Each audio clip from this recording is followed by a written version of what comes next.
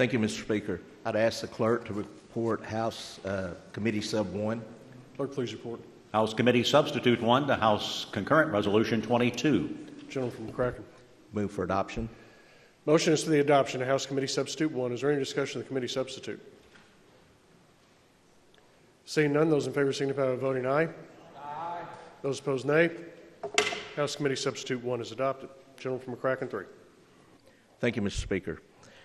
I'd like to direct your attention to House Concurrent Resolution 22 as amended by House Committee Sub 1. For many years, Kentuckians have taken for granted the power we use each and every day. And Kentucky is known as a standard for producing low-cost energy and being a major supplier not only for our state, for those around our states. Unfortunately, another thing is, due to the actions of our General Assembly, we are seeing record economic growth and an increasing demand on our energy needs here in the Commonwealth and around us. But unfortunately, over the past decade or so, there have been circumstances we've had to face causing problems with our energy production. There's been an attack on coal and our coal-fired plants, and we are starting to see the difficulties in that. Our power suppliers during peak demands have started to ask our constituents to reduce their energy consumption. We've seen our power plants have to delay repairs and shutdowns to do repairs during high demand seasons, and we have even experienced some brownouts or blackouts during high demand seasons. Our goal today is to just make a statement as Kentuckians.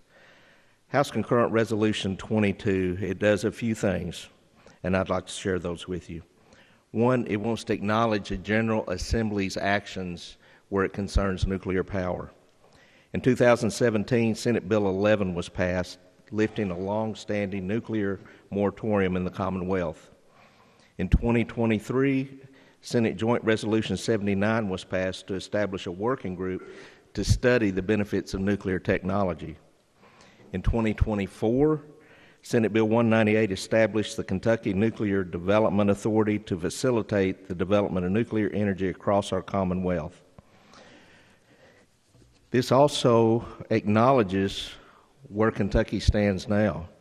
Kentucky's interest in developing new nuclear advances such as small modular reactors that may be useful in a range of applications in our Commonwealth. We want to acknowledge nuclear power should be part of all of the above energy approach. Nuclear power is an excellent option for generating reliable baseload energy that produces no emissions while in operation. And I also want to thank the gentleman from Webster County in the committee sub, noting that the practice of reprocessing spent nuclear waste for reuse or recycling reduces the volume of our current nuclear waste pile by significant demand. So both contributing to the cleanliness of energy and the demand for new fuel. The nuclear industry is among the most thoroughly tested and regulated industries in the world, designed to withstand natural disasters like floods, droughts, earthquakes, hurricanes, tornadoes, as well as any man-made threat.